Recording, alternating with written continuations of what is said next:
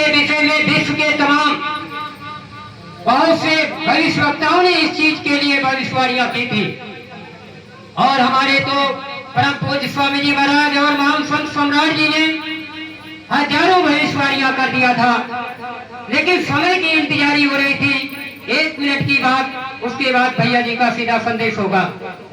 समय की इंतजारी क्या थी कि सृष्टि की रचना करने के बाद, सृष्टि की रचना किसने किया?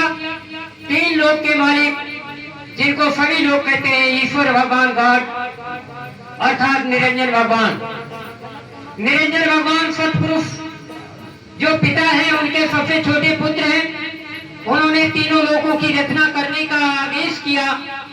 आदेश करने के बाद में यहाँ पर समय निश्चित किया गया कि सतयुग आएगा, सतयुग के बाद में त्रेता आएगा, त्रेता के बाद द्वापर आएगा, फिर कलयुग आएगा।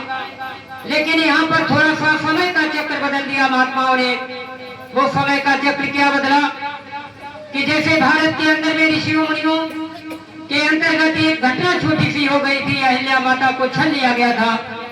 वो सतयुग का समय था, 1000 वर्ष का समय बीतने वाला था। उसी समय पर अहिल्या माता को छल लिया गया।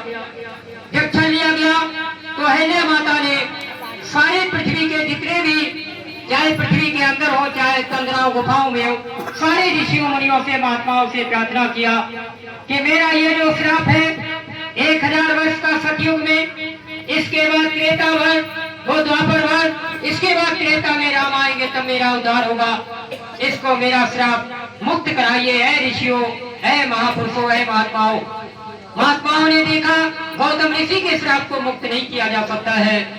तब जाकर के महात्माओं ने एक योजना बनाई कि हम युगों को बदल देंगे और समय को रोक देंगे, समय की गति को रोक लेंगे।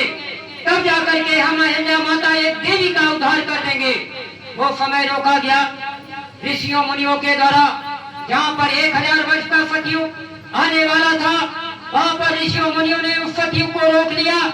और इसके बाद में जहाँ द्वापर आने वाला था, वहाँ पर द्वापर को हटा करके भगवान कृष्ण को आना था। वहाँ पर फिर त्रेता लाए और त्रेता ला करके राम का अवतार करा करके अहिल्या माता का उद्धार करा दिया। जब 1000 वर्ष का सतयुग रोका गया, उस समय पर ऋषियों मुनियों से सतयुग ने पूछा था, ये ऋषि गुरु, हमें 1000 वर्ष के लिए अगर आप रोक रहे हो तो ये बताओ कि मेरी जो 1000 वर्ष की उम्र है वो किस जमाने में और किस समय पर आप पूरी कराओगे।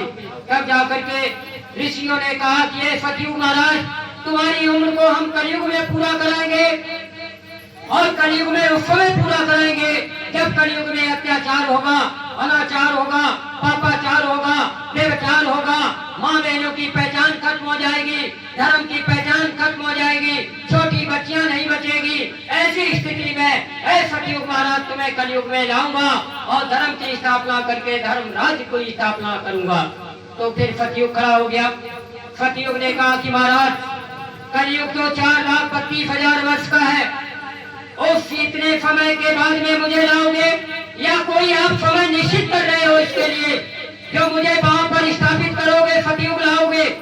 तब जाकर के ऋषियों मुनियों ने फिर कहा सतयुग से, यह सतयुग महाराज, आपको मालूम होना चाहिए कि कलयुग 4,32,000 वर्ष का जरूर है, लेकिन आपकी उम्र को मैं जिस समय कलयुग 5,322 वर्ष इस पृथ्वी लोक पर अपना समय पूरा कर लेगा, उस समय पर है सतयुग महाराज, हम तुम्हारा आह्वान करेंगे और आह्वान करने के बाद में तुमको लाएंगे और कलयुग को समाप्त करेंगे और धर्म की स्थापना करेंगे। ऐ सतयुग महाराज, उस समय तक हम लोग ऋषिगण इंतजार करेंगे।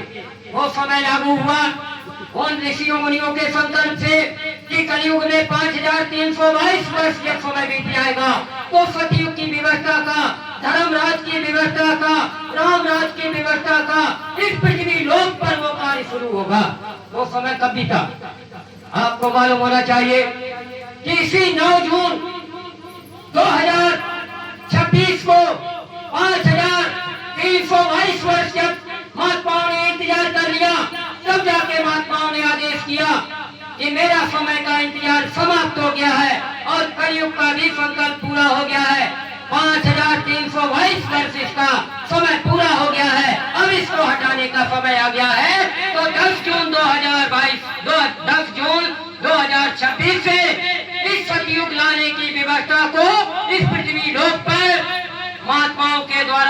जी को आदेशित कर दिया गया। अब 10 जून से ये कार्य प्रारंभ हो गया। जैसे ही कार्य प्रारंभ हुआ, कलयुग छटपटाया, इधर दौड़ा, उधर दौड़ा, दिल्ली दौड़ा, फिर जाकर के बिहार दौड़ा, कहीं मध्य प्रदेश दौड़ा, चारों तरफ से दौड़ करके उसने कहा कि जल्दी से राज्य समेटो, क्योंकि सतयुग के आगमन का महात्माओं ने आह्वान कर दिया है। इसलिए जाकर के देश के अंदर आग लग गई, आग लग गई। और उसके बाद आपने देखा क्या क्या हो रहा है। लेकिन ये तो कुछ नहीं है, थोड़ा सा अभी प्लेटफार्म यहाँ का तैयार होना है और उस प्लेटफार्म का इंतजार केवल 21 अक्टूबर 2026 तक किया जा रहा है। 21 अक्टूबर 2026 तक किया जा रहा है। और इसके पहले आप लोग यानी सावधान हो जाइए। महात्मा जो आदेश निर्देश करें उस पर लगन से और आत्मविश्वास से उनके चरणों में अपने को यानी कुर्बान कर दीजिए। अगर आप कपलत में बने रहे कि नहीं ये तो समय होता रहा, तो फिर कौन मास जब आएगा नया नजारा लाएगा, लाशों पे लाशों का होगा नजारा। सुने तो जाओ संदेशा हमारा, 1 अक्टूबर का महीना आएगा, नया नजारा लाएगा और सारी दुनिया एक झटके में जाग जाएगी। वो समय आ रहा है।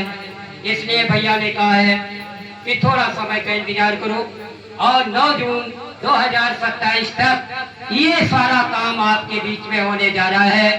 गृह युद्ध से विश्व युद्ध से यानी जो है आपका नाना प्रकार से बीमारियां और उसके बाद में फिर तमाम भूकंपों की मार, कुदरती मार और यानी परमात्मा की मार। तो इन चीजों से आप लोग सावधान होइए। थोड़ा सा बीच में भैया जी का संदेश है, इसके बाद में थोड़ी सी चीज गुरु पूर्णिमा संबंधी आपके बीच में रखेंगे। और भैया जी जो भी आज आपके बीच में प्रसाद देंगे उसको आप लोग स्वीकार कर लीजिएगा, स्वीकार कर लेना।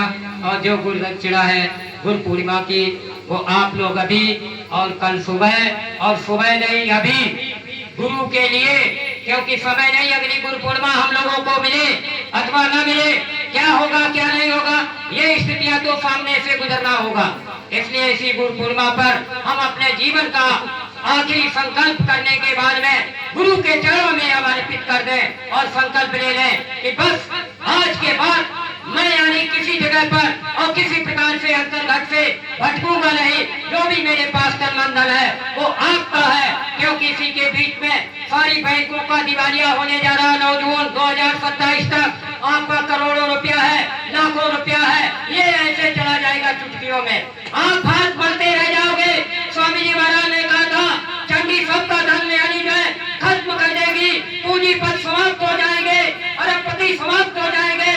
तो ये समय आपके बीच में आने वाला है। क्यों दबा के रखे हो, किसके लिए रखे हो? रोगे 1 पैसा नहीं जाएगा तब कहाँ जाओगे?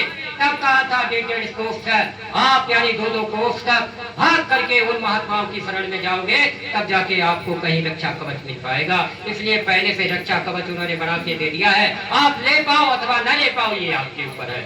सत्योम जय गुरुदेवाय नमः। सत्योम जय गुरुदेवाय नमः। भैया जी के चरणों में नतमस्तक होकर के प्रार्थना करूंगा कि आज हमारे बीच में नए और पुराने बहुत से धर्म प्रेमी आए हुए हैं, उनको परिवर्तन का आगे महात्माओं का आदेश निर्देश जो भी गुरु पूर्णिमा कार्यक्रम के लिए उनको दिव्य संदेश देने की कृपा करें तो महान कृपा होगी।